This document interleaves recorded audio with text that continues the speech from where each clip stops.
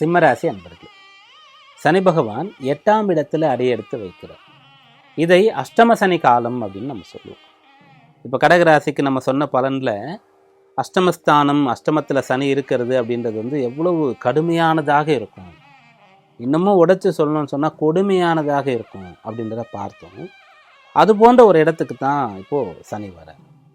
இப்படி சொல்லும்போது முதல்ல நீங்கள் வந்து அப்போது இதன் பிறகு நான் கஷ்டப்பட போகிறேன்னா, எனக்கு ரொம்ப கஷ்டகாலமாக இருக்குமா, நிறைய பிரச்சனைகள் வருமா அப்படின்னு யோசிக்கிறத விட எப்படிலாம் பிரச்சனை வரதுக்கு சான்ஸ் இருக்குதுன்னு சொல்லுங்கள், நான் கவனமாக இருக்கிறேன் அப்படின்னு தான் கேட்பீங்க. ஏன்னா நீங்கள் சிம்மராசி. சிம்மராசின்னு சொன்னால் யாராவது ஒருத்தர் வந்து பயமுறுத்தினா பயப்படுறவங்க கிடையாது. சவாலாக எடுத்துக்கொண்டு எதையும் செய்து காட்டக்கூடியவர்களாக இருப்பீங்க. உடல் ஆரோக்கியம் எப்படி இருந்தாலும் சரி, என்ன வயசு இருந்தாலும் சரி, அதெல்லாம் கவலையே இல்லை. மனதில் எப்போதும் பலம் இருக்கும். மன ரீதியாக நீங்கள் வந்து உளப்பூர்வமாக நீங்கள் வந்து ஒரு இளைஞராக எப்போதுமே இருப்பீங்க. அப்போ இளங்கன்று பயம் அறியாதுன்னு சொல்லுவீங்க. அப்போ நீங்கள் பயம் அறியான் அப்படின்னு சொல்லக்கூடிய ஒருத்தர், எதையும் எதிர்கொள்ளக்கூடியவர், துணிந்து செயல்படக்கூடியவர். இல்லையே சிம்மராசியிலிருந்து கூட கொஞ்சம் ஒருத்தர் பயப்படுறாரு அப்படின்னு கேட்டால் சூரியன் வந்து பலம் இழந்திருப்பார் அவருடைய ஜாதகத்தில். அப்படி இல்லைன்னு சொன்னால் கட்டாயம் அவங்க வந்து நம்ம சொன்ன நிலைக்குள்ளே தான் இருப்பாங்க. அதனால் இந்த அஷ்டம சனியை பார்த்து நீங்கள் பயப்பட மாட்டீங்க. இன்னொன்று, சிம்மராசிக்கு பிரச்சனை வந்தாலும் வீட்டுக்கு கூட அது தெரியாது. யார்கிட்டையுமே போய் சொல்லி அப்படியே எனக்கு அவங்க ஆறுதலாக இருப்பாங்களா அப்படின்னு சொல்லக்கூடிய நிலையெல்லாம் அவங்களுக்கு இருக்காது. சரி, ஓகே, கஷ்டம் வந்தது, அனுபவிக்கலாம், இல்லைனா எப்படி அது ஃபேஸ் பண்ணுறதுன்னு பார்க்கலாம் அப்படின்னு அதை நீங்கள் ஏற்றுக்கொள்ளணும். ஏன்னா அந்த சனி பகவான் வந்து உங்களுடைய ராசிக்கு 6, 7ஆம் இடத்திற்கு அதிபதியாக வர்றார். அதனால் நீங்கள் நிறைய விஷயங்களை ஃபேஸ் பண்ணியிருப்பீங்க. சிம்ம லக்னம் ராசியில் ஒருத்தர் பிறந்துட்டாலே வயதுக்கு மீறிய அனுபவம் அவரிடத்துல இருக்கும். அவர் என்ன வயசாக இருக்காரோ குறைஞ்சொரு 10 வயசுக்கு மேலே இருக்கிற அனுபவம் அவருக்கு இருக்கும். எல்லாத்தையும் பார்த்துட்ருப்பார் சின்ன வயசுலேருந்து.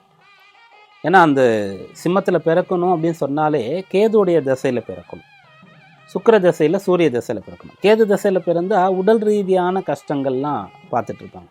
சுக்கிர திசையில் பிறந்தால் பொருள் ரீதியான கஷ்டங்களை பார்த்துட்ருப்பாங்க. சூரிய திசையில் பிறந்தாங்க அப்படின்னு சொன்னால் எங்கே போனாலும் வந்து படிக்கிற இடத்துல, வேறு எங்கே சொந்தக்காரங்க வீட்டுக்கு, ஃப்ரெண்ட்ஸுக்கிட்ட எங்கே போனாலும் வந்து அவரை அதிகமாக எதிர்பார்ப்பாங்க. அல்லது வந்து வளர்ந்துட போகிறான்னு சொல்லி தட்டி வைப்பாங்க. அப்படின்ற மாதிரி எந்த ஒரு திசையில் பிறந்தாலும் சிம்மராசியில் இருக்கக்கூடியவங்க எல்லாரையும் பார்த்து ஃபேஸ் பண்ணி தெரிஞ்சிட்ருப்பீங்க. எதற்காக இந்த விளக்கம் கொடுக்குறோன்னா, அஷ்டம சனி வருகிறது அப்படின்றதுனால. இந்த அஷ்டம சனியிலையும் கூட ஒரு சூக்ஷ்மம் இருக்கிறது. முழுக்க முழுக்க 8ஆம் இடத்துல சனி இருந்து கஷ்டம்தான் படுத்துவாரா அப்படின்னு கேட்டால், அங்கே இருக்கும்போது அவர் எப்படி செயல்படுவார், குருவுடைய வீட்டில் இருக்கார். அப்போது குருவுடைய தன்மை கொஞ்சம் வந்துடும்.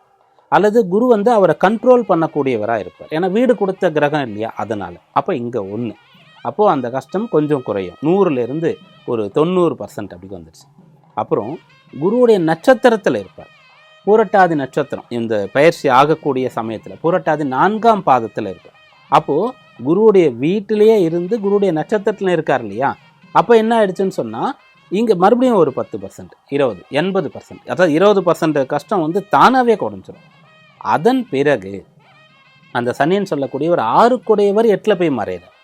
ஏன்னா அஷ்டம சனின்னு சொன்னால் அவர் எந்த ஸ்தானத்துக்கு அதிபதின்றது இருக்கு இல்லையா, அதையும் எடுத்துக்கணும் இல்லையா. அப்படி பார்க்கும்போது உங்களுக்கு 6ஆம் அதிபதி போய் 8ல் மறையிறது ராஜயோகம், விபரீத ராஜயோகம். அந்த இடத்துல ஒரு 10% வந்து குறைஞ்சிடும். அதன் பிறகு அவர் 8ஆம் இடத்திற்கு வரார். அப்படி 8ஆம் இடத்திற்கு அவர் வரார் அப்படின்னு சொல்லும்போது அவர் பார்க்கக்கூடிய வீடுகள் எங்கே இருக்குன்னு பார்த்தீங்கன்னா, முதல்ல 10ஆம் இடத்தை தான் அவர் டார்கெட் பண்ணுறார். அப்போது எங்கே அஷ்டம சனி யாருக்கு வந்தாலும் 8, 9, 10ன்னு 3ஆம் பார்வையாக பார்ப்பார் இல்லையா. ஆனால் சிம்மராசியை பொறுத்த வரைக்கும் வேலை பார்க்குறதுக்கு நீங்கள் அஞ்சவே போகிறதில்ல. எவ்வளோ வேலை கொடுத்தாலும் நீங்கள் அப்படியே அசாதாரணமாக அதை வந்து அனாயாசமாக செஞ்சு முடிக்க போகிறீங்க. அப்போ வேலை ரீதியாக உங்களுக்கு அவர் கஷ்டம் கொடுத்தாலும் அதில் நீங்கள் பாதிக்கப்பட போகிறது இல்லை. அப்புறம் 8லேருந்து நேரடியாக 2ஆம் இடத்தை பார்ப்பார். அப்போது கையில் காசு இருந்தால் நீங்கள் ராஜா மாதிரி செலவு பண்ணுவீங்க, மகாராஜா மாதிரி இருப்பீங்க. கையில் காசு இல்லைன்னு சொன்னால் ஒரு பாமரன் போல் நீங்கள் இருப்பீங்க. ரெண்டுமே உங்களுக்கு தெரியும். அப்போ அதுவும் உங்களுக்கு வந்து கஷ்டம் கொடுக்க வேண்டிய அவசியம் இல்லை. அவர் பார்க்கக்கூடிய ஒன்றில் கவனமாக இருக்கணும். அவர் தனுசை பார்ப்பார் 10ஆம் பார்வையாக, அது உங்கள் ராசிக்கு 5ஆம் இடமாக வந்துடும். இப்போ பிள்ளைகள் விஷயத்தில் கொஞ்சம் கவனமாக அக்கறையாக இருக்கும். அதை நீங்கள் இருந்துட்டிங்கன்னா போதுமானது. 6ஆம் அதிபதின்ற முறையில் ஆரோக்கியத்தில் கொஞ்சம் அக்கறை எடுத்துக்கொள்ளணும், கவனமாக இருக்கணும். மற்றபடி வந்து இந்த சனிப்பெயர்ச்சி ஈஸியாக நீங்கள் கடந்து வந்துடலாம். உங்களுடைய அனுபவத்தின் படியே தான் சில விஷயங்களை நீங்கள் கவனமாக இருக்கணும். என்னென்னா, அதிக கடன் வாங்குறது, அதிக கடன் கொடுக்கறது, மற்றவங்களை நம்பி முக்கியமான காரியங்களை விடுறது, ஒரு பிஸ்னஸை அவங்கள பார்த்துக்க சொல்கிறது அப்படின்ற விஷயங்களை செய்யக்கூடாது. அதன் பிறகு ஒரு விஷயத்தில் மிக சரியாக தீர்மானம் இல்லை, ரிசல்ட் எப்படின்னாலும் இருக்கலாம், என்னால் கெஸ் பண்ண முடியலன்னா அதுக்குள்ளே நீங்கள் போகக்கூடாது.